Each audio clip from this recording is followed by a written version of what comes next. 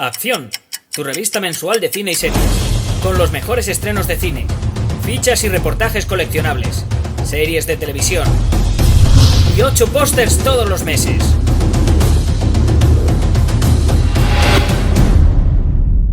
Búscala en tu kiosco. Bueno, buenas tardes, gente. ¿Qué pasa? A ver, acabo de llegar a casa después de ver de estreno Ready Player One en el cine. Y la verdad es que tengo sensaciones, o por decirlo de otro modo, sensaciones y emociones encontradas.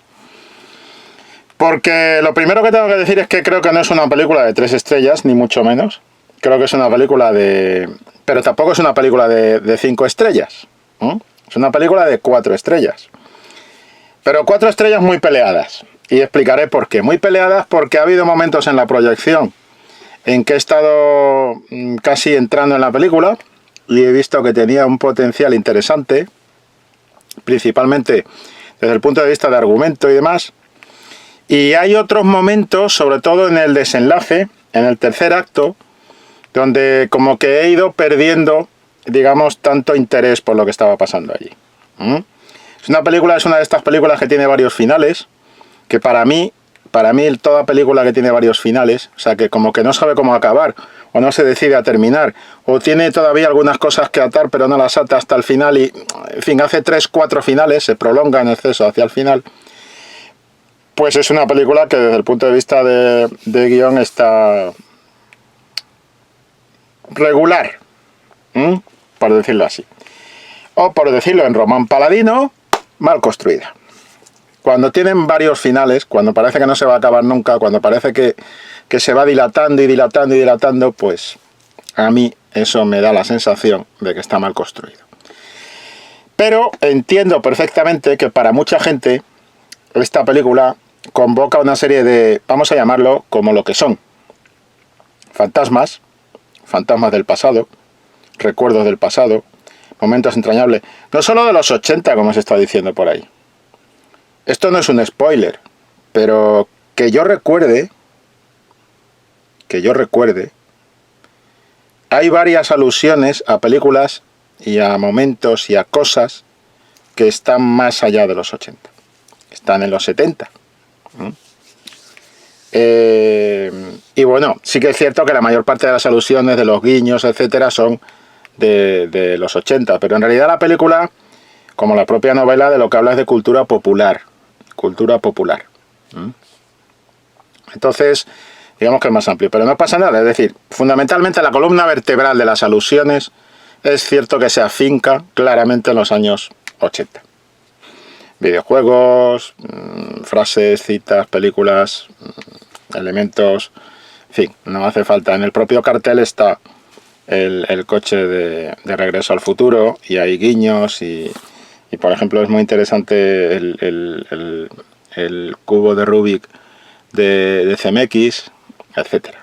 Entonces por ahí todavía no quiero entrar para no entrar demasiado en territorio de desvelar cosas y no estamos en territorio spoiler. Simplemente quería aclarar eso, que he tenido una sensación como de sensaciones encontradas en la película, ¿no?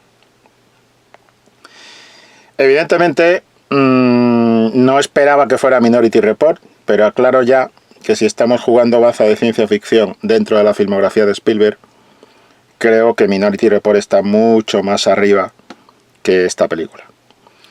Y continuando dentro de la filmografía de Spielberg, para aclarar un poco opinión, es bastante mejor que Tintín. Digo esto por el tema de la animación, que ahora entraremos en ello. Entonces hay una serie de miedos que transmitía el tráiler. Hay que decir que el tráiler realmente no destripa película. Puede dar una sensación. Esto nos está pasando mucho con los trailers últimamente. Los trailers tienen una importancia en cuanto a mecanismos de promoción de la película. Y también por eso están condicionados. Distingamos la promoción de otras cosas, ¿vale? Distingamos, pues como hay que distinguir promoción de información. Son dos cosas distintas, ¿no? Y es importante aquí la objetividad. Obviamente un tráiler no puede ser objetivo. Obviamente un tráiler es un mecanismo, como otros muchos mecanismos promocionales que hay circulando por la red, es un mecanismo destinado a obviamente llevará a la gente al cine.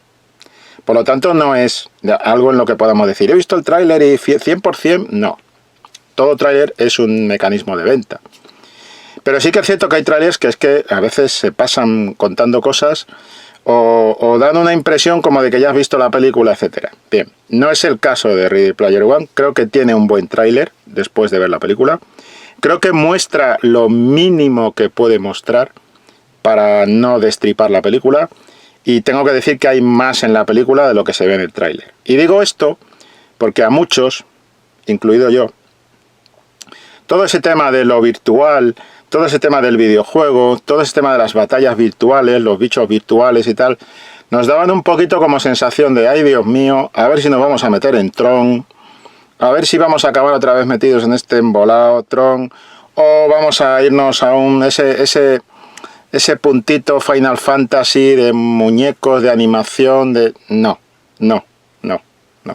Spielberg ha sido en esto muy hábil y ha sabido reconocer desde el primer momento cuál es la clave de esta historia. Y la clave es que en esta historia tienen que solaparse, tienen que juntarse, tienen que retroalimentarse el universo, digamos, más de fábula, más de videojuego, en el que están los personajes, y el universo, entre comillas, real, de ficción, pero una realidad dentro de la ficción de personajes de carne y hueso, de las figuras de carne y hueso. Y eso está bien tramado, bien entramado, hasta el punto de que al principio, que es quizá la parte más que hemos visto más en el tráiler, la parte de la película que hemos visto más en el tráiler, al principio podemos tener la sensación o la idea de que si todo va a ser así, va a ser un poco flojo. Y entonces lo que vemos, a lo que asistimos es a cómo Spielberg sigue cruzando, sigue cosiendo las dos realidades, digamos, paralelas que hay en la película, y acaba consiguiendo que cuando están en la realidad de ficción, la realidad de, digamos, el videojuego, pues estemos entrando plenamente en la película como si estuviera en la parte de realidad de carne y hueso, por decirlo así, de parte de carne y hueso. Entonces eso está bien llevado y eso funciona bien y va a más, mejora en la película. A medida que progresa la película, eso mejora. Creo que hay un punto de inflexión en el que mejora esto y digamos, las hebras que ha ido cosiendo Spielberg entre las dos alternativas paralelas acaban cruzándose plenamente cuando llegan al momento de, lo voy a decir de otra forma, Stephen King. El momento de Stephen King, por decirlo así, para no dar más pistas hasta que lleguemos tal. Que es un poco el punto de inflexión. Ahí ya se produce un cruce en el que vemos decorado real y al mismo tiempo personajes de animación del videojuego. Y entonces ya ahí se cruzan los dos y a partir de ahí la película funciona bien porque Spielberg sabe ir, digamos, acelerando el ritmo para que se vaya juntando una con otra con más fluidez. Entonces van interactuando más las dos partes, los dos mundos en los que se desarrolla la historia, y eso está en ese sentido, desde un punto de vista de ritmo, bien llevado y demás. Entonces, a mí la película, bueno, entiendo que a la gente le entusiasme. Yo he oído risas en el cine cuando se hacían determinadas alusiones que son como chistes, guiños y demás, y eso está muy bien. Pero claro, una película no puede vivir de los guiños. Una película tiene que vivir de algo más. Bien, yo aquí quería decir que me ha recordado, cuando pensaba en la película, viniendo ya de vuelta a casa, me ha recordado, es como si fuera la otra cara de la moneda de lo que en su momento dijo Luis Buñuel sobre Metrópolis, un clásico de la ciencia ficción. Luis Buñuel dijo, es como dos películas pegadas por las tripas, pero son dos películas distintas en el sentido de que Metrópolis para Buñuel estaba muy bien resuelta visualmente y al mismo tiempo carecía de un guión que estuviera a la altura de esa buena resolución visual. Aquí no es que ocurra lo contrario, pero sí que es cierto que el guión tiene propuestas interesantes que para mí no se llegan a desarrollar plenamente o se desarrollan precipitadamente. Precipitadamente. Y pongo un ejemplo. Es que claro, aquí voy a entrar casi en territorio spoiler, pero por ejemplo la subtrama sentimental que hay en la película, que no la frena en absoluto, pero está como resuelta como muy precipitadamente, y por otra parte da la sensación de que lo que de alguna manera impera es esa especie de despliegue visual absolutamente abrumador que también lo abrumador puede llegar a en cierto modo, intoxicar o agotar, en cierto modo, el tema, pero en este caso no ocurre. Y es un despliegue visual tan abrumador, donde vemos que quizá la película lo que requería era más. Creo que Spielberg incluso entra en algunos momentos en la parte más, pues por ejemplo con la tía al principio. Ahí hay cosas que hubiera estado bien que fueran más columna vertebral también de la historia. Yo echo de menos que haya más paralelismo en lo que se refiere entre los dos mundos, en lo que se refiere a lo argumental. En lo visual, claramente la película está decantada hacia la parte de vídeo, hacia la parte de videojuego, perdón. Más que en la parte de mundo real, carne y hueso. Entonces en lo argumental está claramente decantada hacia el videojuego y demás. Y no es la parte que a mí más me interesa, el tema de las pruebas, las llaves, el conseguir el objetivo, todo esto no es. Hay una historia interesante que es la del creador del videojuego, pero también está como resuelta como de una manera muy en la superficie, por decirlo así. Muy cogida, casi con pinzas, muy rápida y tal. Y me interesa lo que plantea esa parte argumental, me interesa el argumento. Por eso digo, es una película con contenido, por eso no tiene 3 estrellas, tiene 4, porque tiene contenido. Lo que ocurre es que ese contenido casi tiene que sacarlo el espectador, pescarlo, no está en el interés o en la inclinación propia del director darle todo el peso a ese contenido del mundo real que nos preocupa, que es para lo que nos sirve la ciencia ficción, y está todo quizá más decantado hacia la parte de videojuego. Y sinceramente, los guiños de Regreso al Futuro, los guiños de Godzilla, todos los guiños que salen están muy bien, son muy divertidos, son graciosos, pero son también un puntito nostálgico. Entonces por eso decía que me había recordado eso que dijera Buñuel en su momento de Metrópolis, porque esta es una película que visualmente y en parte de su contenido es una película que merece estar entre las interesantes de ciencia ficción. Pero después tiene esa especie de final repetido, alargado, que no acaba de culminar, que tiene como 3 finales. Y esa precipitación en solucionar algunos asuntos argumentales, como puede ser la trama sentimental y demás, que es demasiado rápida, fácil, como tópica incluso. Del mismo modo que el villano, que está bien servido por el actor, creo que no está suficientemente sustentado por el guión. Sinceramente creo que ahí se me ha quedado un poco como, incluso hay un chistecillo final, pero se me ha quedado un poco como ese actor puede dar mejor villano, y yo creo que este villano merecía más. Pero claro, vemos este villano en el videojuego y decimos, ¿qué está pasando aquí? ¿Por qué en el argumento de la película, en la parte más de guión, pesa más la parte de villano que sale en el videojuego, que en definitiva es un villano de videojuego, tal, que la parte del villano de carne y hueso, que es el que en definitiva nos interesa? Bueno, pues esa descompensación que noto yo, es que yo hubiera... A ver, creo que la película ganaría teniendo más parte de acción real, más parte... No más acción real, sino más peso argumental en la acción real, porque acción real tiene. Pero creo que estaría bien que ganara en acción real. Y creo que es una película que con unos cuantos ajustes había ido a las 5 estrellas y había sido... Pero yo creo que Spielberg aquí casi que puede haberse dejado seducir por toda la parte de imaginación, fantasía y demás. También en cierto modo, porque es que nos ha hecho, yo qué sé, los papeles del Pentágono hace 3 días. Todavía están en cartelera los papeles del Pentágono. Y supongo que al tratar esta otra película la ha tratado de una manera más de, pues eso, de aventura visual, trepidante y tal. Y a mí me falta construcción de personaje. Los personajes son muy recortables, muy de aquí te pillo, aquí. Es un Spielberg. Yo a Spielberg le pido más. También es cierto que esto, quizá no seamos muy justos algunas veces, ¿no? ¿Por qué Spielberg no puede hacer simplemente una película de entretenimiento y tal? Pues por eso están las 4 estrellas ahí que le voy a poner. Porque realmente Spielberg sí que puede hacer una película simplemente de entretenimiento, y como entretenimiento es un entretenimiento brillante. Pero que sabemos que Spielberg puede hacer más, porque lo ha hecho muchas veces. Y pues sabemos que puede ir a más, pero no. Entonces, no voy a decir, no es ni mucho menos una guerra de los mundos, pero no es un Minority Report. Y yo echo de menos esa parte, ya que no vamos a poner nostálgicos, yo echo de menos esa parte de fabricar la fantasía visualmente que tenía, por ejemplo, en Encuentros en la tercera fase.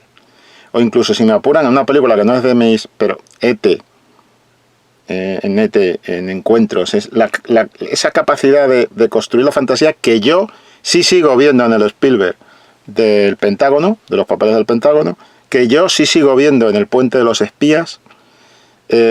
Quizá hay dos Spielberg, o hay dos formas de entender cómo contar historias en Spielberg, en la filmografía de Spielberg, y a mí me gusta más la otra, ¿no? Pero yo echo de menos esos movimientos de cámara, toda esta parte de videojuego y tal, naturalmente que la sabe tratar muy bien visualmente, pero a mí me acaba pareciendo que creo que Spielberg, el propio Spielberg se merece más desarrollo de personajes, más argumento en carne y hueso y más, ya digo que traba bien, cruza bien las dos cosas, cruza bien la parte de videojuego, incluso consigue que entremos en el videojuego los que somos de partida pues un tanto reticentes al videojuego, en el sentido de que esa mezcla de animación e imagen real, hacer una mezcla como la que ha hecho Spielberg no es fácil, también hay que decirlo, es difícil y el tío la ha manejado bien.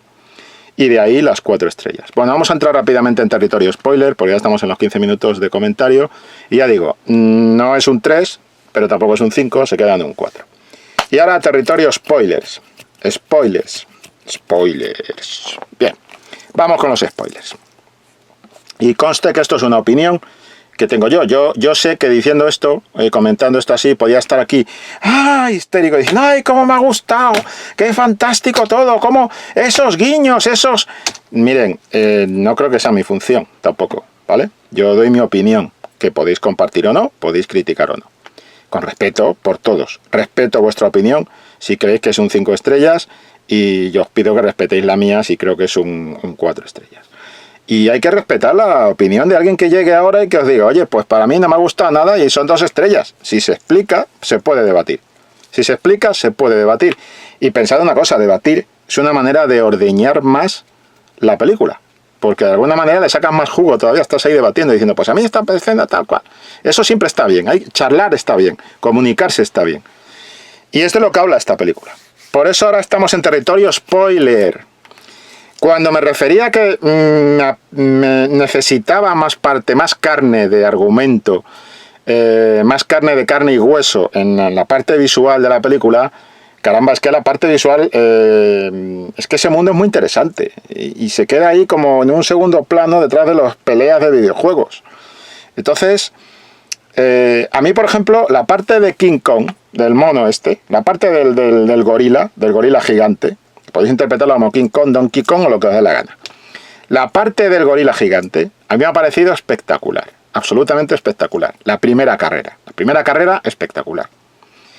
Pero es que cuando llegamos a la segunda carrera, efectivamente ahí Spielberg sabe dosificarse para no reiterar y hace una especie de encadenado de cómo todos los personajes, los principales, que en el fondo son una variable de los Goonies, ya lo sabemos todos, acaban esas pandillitas de chavales o de los Stranger Things que van investigando cosas. Consiguen los premios, o sea, consiguen la primera llave. Pero el problema no es ese, el problema es que ya teníamos lo del King Kong, y claro, es una apuesta visualmente muy potente en el videojuego. Y yo personalmente, de ahí en adelante, en lo que se refiere a videojuego, no vuelvo a tener esa sensación de esto va a ir para arriba. O sea, para mí no, se queda, ese es para mí el top, de decir, vale, ¿y ahora qué? Hasta el punto de que cuando al final sale Mechagodzilla, pues no es el mismo efecto del principio con King Kong, y es una pelea que hemos visto 1000 veces de pum, pam, pin, te pego, te doy, me das, tal cual, que las hemos jugado en los videojuegos, que las hemos visto en cine en multitud de ocasiones, y que para mí visualmente no me atrapa como me atrapó el arranque con el simio gigante. ¿De acuerdo? A eso me refería antes, en lo que es la parte de videojuego. Parte de videojuego, la parte de la discoteca, por ejemplo, cuando llegan a la discoteca yo dije, si esto sigue así, voy a tener o vamos a tener como espectadores la oportunidad de meternos hasta las trancas en este videojuego y tal. Y cuando pasa, y he dicho antes Stephen King, ahora estamos en territorio spoiler, cuando pasan a El Resplandor, ahí lo consigue y dice, sí tío, lo has conseguido. Me has mezclado la animación con el entorno, pero me has mezclado además con la comedia, el rollo Goonies, el todo, la aventura, la parte visual, a mí es la parte que más me gusta. De todo lo que es videojuego me gusta. La parte del gorila al principio, que como presentación dices, esto es para poner las cartas sobre la mesa. Y ahora jugamos. Y después la parte de la discoteca, me plantea que dices, aquí puede haber chicha. Y la parte de el desenlace, o el despliegue, o el desarrollo, si se quiere, de digamos, vamos a llamarlo así, del encuentro con el mundo del Resplandor de Stephen King, de la película de Stanley Kubrick. Toda esa parte a mí me parece, de verdad, visualmente interesante. Pero me pasa una cosa, que esa parte del Resplandor está como en el centro del relato, en el centro de la película, y a partir de ahí, lo que me puede ofrecer el videojuego, esa batalla final y tal,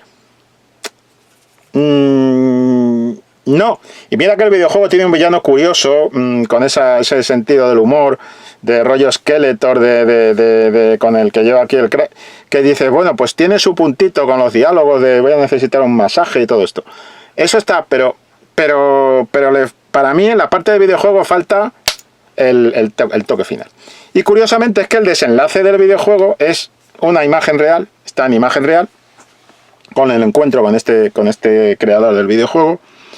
Y ahí también te das cuenta de que todo lo que está sembrado en la parte de imagen real, de actores y personajes y situaciones de carne y hueso, por llamarlo así, pues tiene cosas muy sugerentes y muy interesantes, pero que no llegan a desarrollarse. El encuentro del chico con la chica y cómo se establece esa especie de nexo romántico entre los dos, no me negarán ustedes que es rapidito y échate a un lado para que no moleste. No hay una emoción de decir, no existe esa vale, están liados y están liados. O sea, se quieren, pero porque sí. Bueno, vale, venga, aceptamos barco, pero no me lo has contado, ¿eh? No he visto. ¿Por qué los prolegómenos de esa situación se han dado en el videojuego? Y eso no se puede dar en el videojuego, eso hay que resolverlo en carne y hueso. Cuestión de empatía, de identificación del espectador. No somos muñecos, no somos animales, no somos bichos animados, somos seres de carne y hueso. Por lo tanto, la resolución emocional y sentimental de la historia tiene que darse con actores de carne y hueso. Y ahí se da rapidito y hasta luego.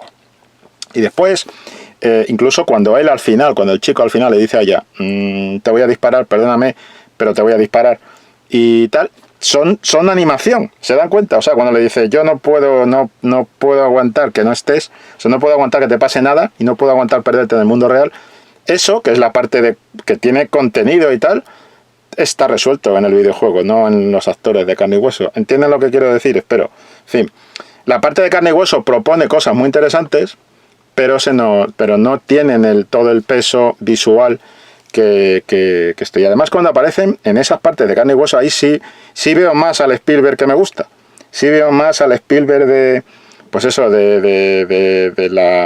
manejo de lo visual, manejo de la cámara, al Spielberg del movimiento de la cámara, al Spielberg que te presenta un mundo y te lo sabe vestir completamente. Sí lo veo ahí. Por eso hablaba de sensación agridulce al principio de esta crítica, de sensación como encontrada.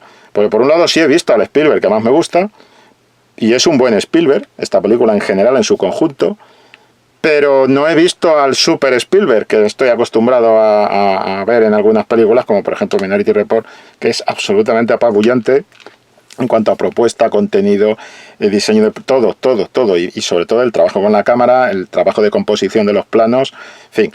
Eso yo aquí no, porque vamos a hablar claro, o sea, el videojuego, aparte del videojuego, te da para componer plano, efectivamente, ya digo, está, no sé qué pasa ahí, pero cuando pasamos del Resplandor tendríamos que haber ido más hacia arriba, pero ahí no, ahí se queda todo, claro, hay como el peso, la necesidad de introducir más acción real. Les pongo un ejemplo para que quede un poquito más claro.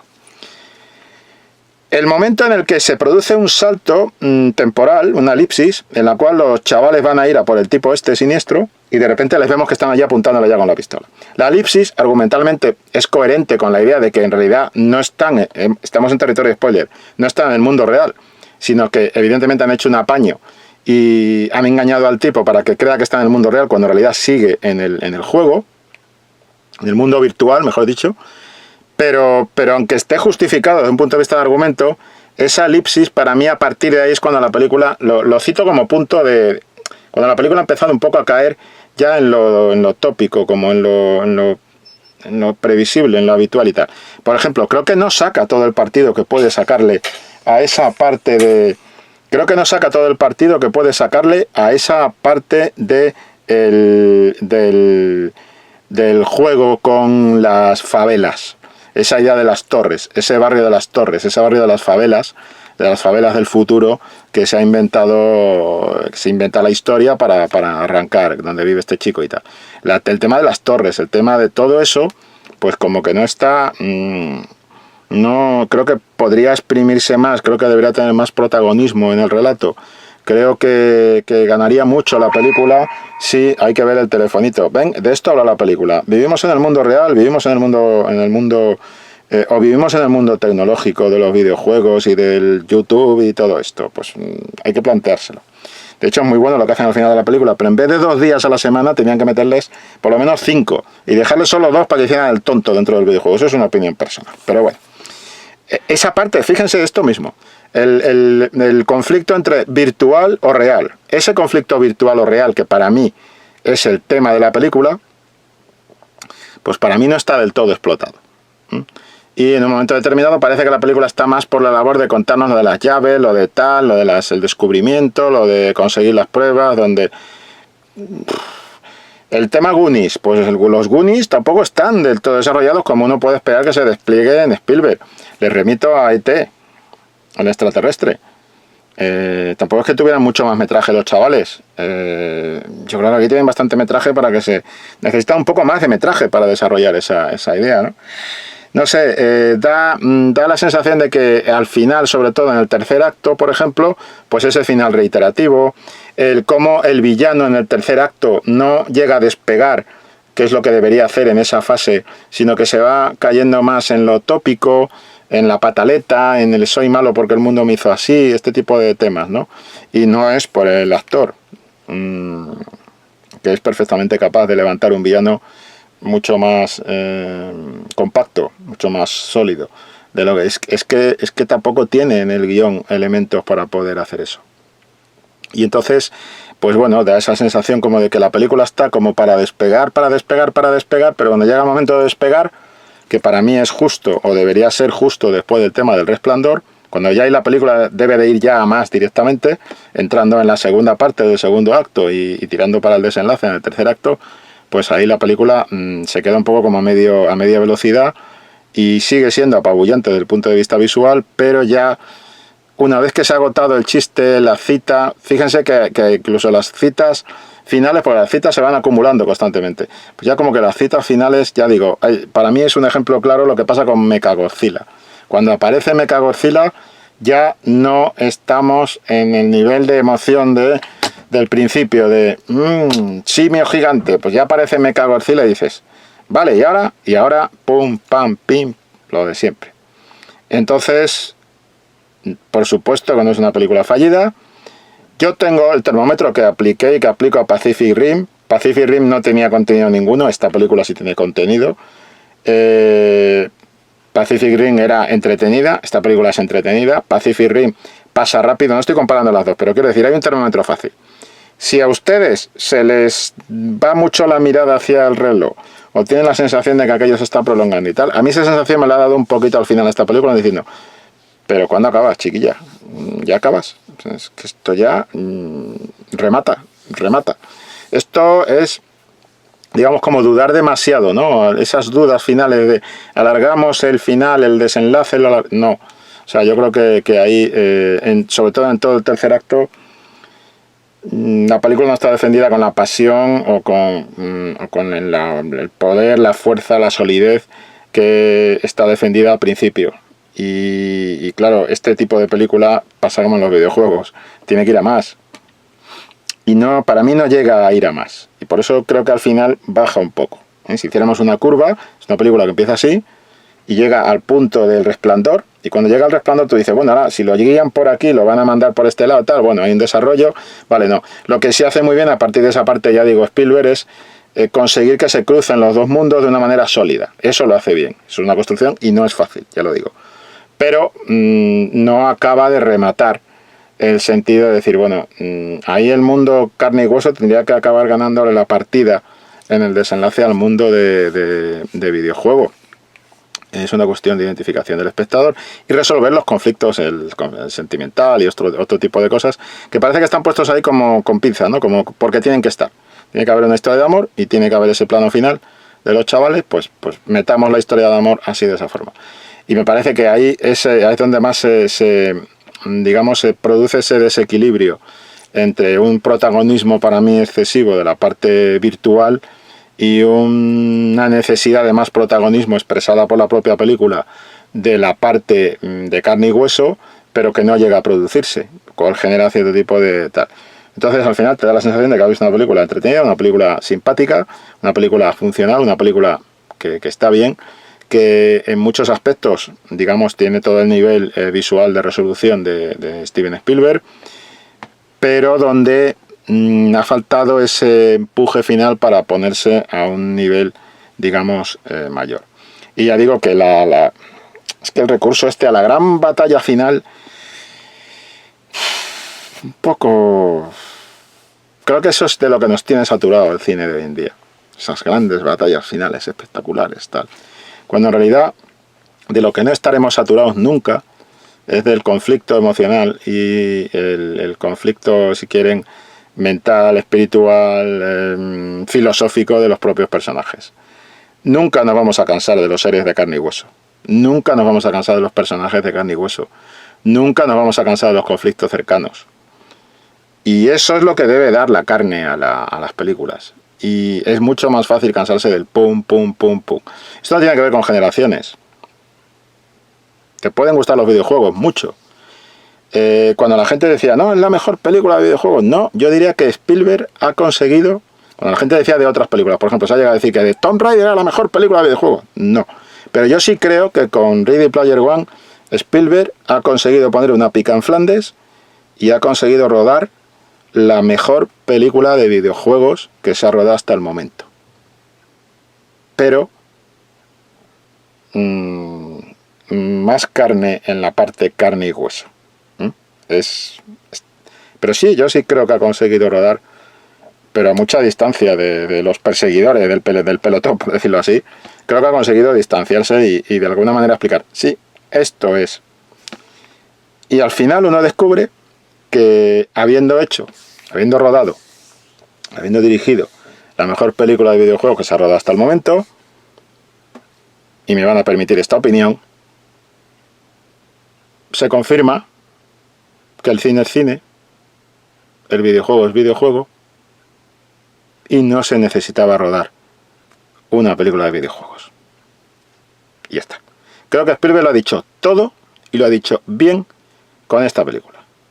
Y que a partir de ahora, seguir poniendo en pantalla adaptaciones de videojuegos como se había hecho hasta el momento, pues es un poco tontorrón.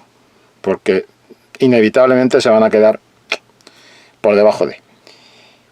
A menos que sepan encontrarle otro pulso, otra clave, y a partir de ahí pues puedan trabajar. Por ejemplo, ¿en qué película de videojuegos encuentran ustedes una resolución como esta que hemos dicho de la discoteca o la resolución del baile de los zombies que tiene Ready Player One? Pues no es fácil, no es fácil. Algunas películas han sabido trabajar eso, algunas adaptaciones de videojuegos, tipo Silent Hill, por ejemplo, llevándolo a la parte de carne y hueso. Pero es que Spielberg lo mantiene en la clave de videojuego. Y eso es lo que hace que para mí esta película sea pues la mejor que se ha rodado, porque el tipo acepta las claves visuales de videojuegos, no es que no escapa de ellas y dice, bueno, lo voy a hacer en carne y hueso y así, no. Pero quiero decir que ese típico debate de los videojuegos están malditos en el cine y tal, pues no necesariamente. Pero vamos, que la ventaja es que esto no es, como algunos nos temíamos, una especie de Tron, es otra cosa, que tiene contenido, que tiene para dar más de sí en la parte de carne y hueso, y que es lo que a mí me ha chascado un poco, y que no tenga más peso esto, y que sí, podríamos decir que Spielberg es el primero que ha rodado la mejor película de videojuegos hasta el momento. A partir de aquí, pues yo creo que no hay más. Ahora toca que ustedes la vean y que opinen y que digan lo que mejor les parezca y sobre todo que disfruten de la película, que es de lo que se trata. Sea con los guiños y con los chistes. Pero ya aviso, los guiños y los chistes llega un momento en que se agotan. Y sobre todo lo notarán hacia el final. Esa especie de agotamiento de decir, bueno, sí, ya, pero ahora la historia, por favor. Los guiños y los chistes están bien. El rollo de cultura popular, el tema de homenaje, el puntito nostálgico está muy bien para presentar la historia. Lo podemos tener hasta el primer acto, segundo acto.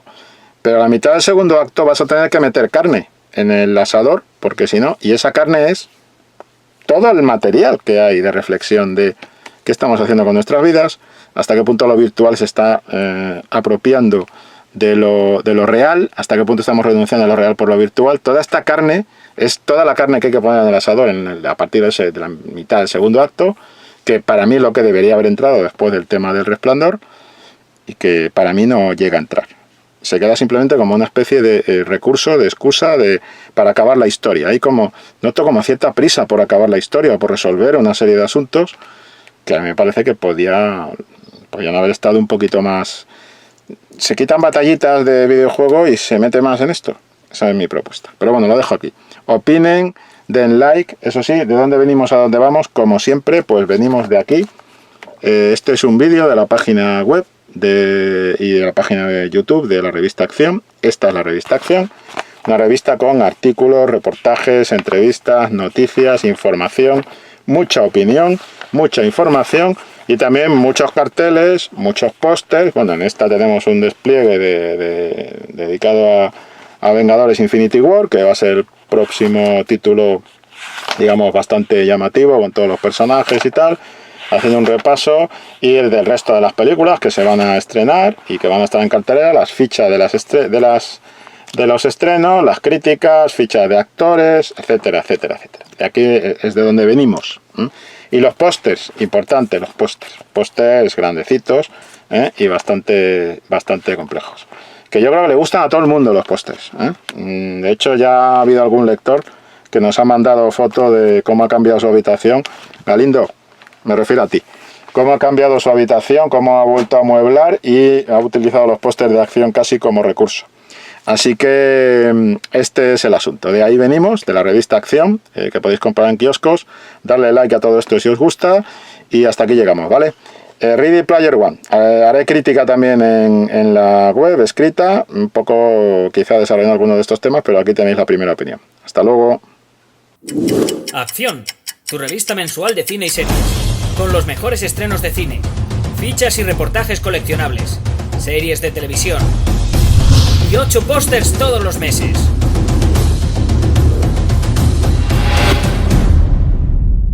Búscala en tu kiosco.